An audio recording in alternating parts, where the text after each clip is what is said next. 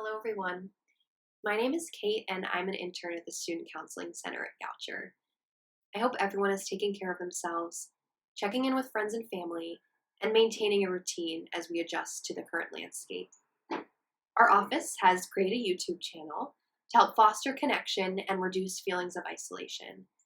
We hope to provide helpful coping strategies and offer tips to successfully navigate the current period of adjustment as the world implements strategies to reduce the spread of COVID-19. I'm going to spend a few minutes today talking about one strategy to help change our relationship with our thoughts. One component of acceptance and commitment therapy, otherwise known as ACT, encourages us to defuse from our thoughts. At times, we get into a way of thinking where we over-identify with our thoughts, amplifying them in our minds to become the truth. When we become so attached or fused to our thoughts, it's easy to see how they can become very powerful. In reality, our thoughts are just thoughts. I don't say this to minimize the emotional impact of thoughts or to negate the factual information that's associated with thoughts. Rather, thoughts are no more powerful than we allow them to become.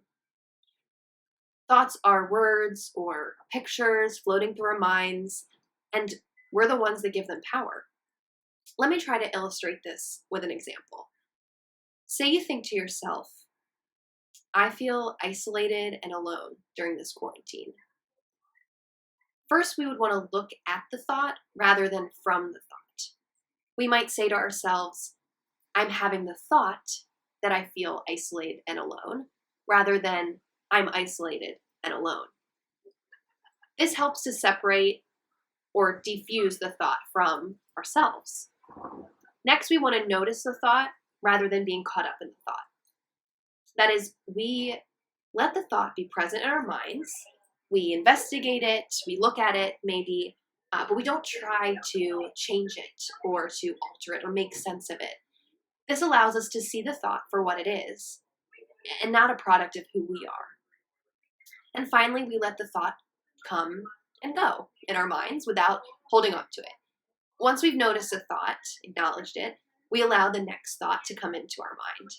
In this way, we begin to make the choice to consciously notice our thoughts rather than become entangled or fused with them. And just because you have a thought does not mean that you have to take action.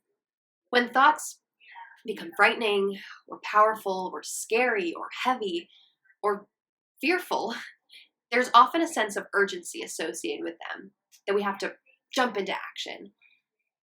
No, when thoughts pop into our mind, or when a thought can't leave your mind or get out of your mind, it's worth applying the principles of mindfulness, acceptance, and problem solving to these thoughts before taking any action.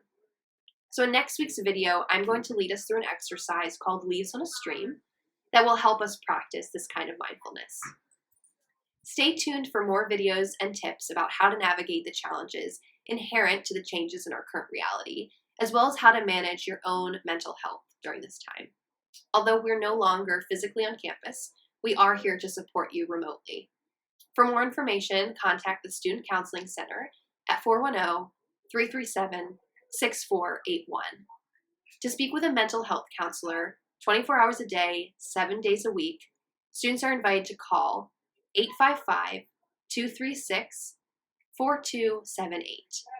And for more resources on how to take care of yourself during this time, you can visit the Goucher Student Counseling Center's website. Stay healthy and safe, and we look forward to continuing to support you in your journey towards well-being.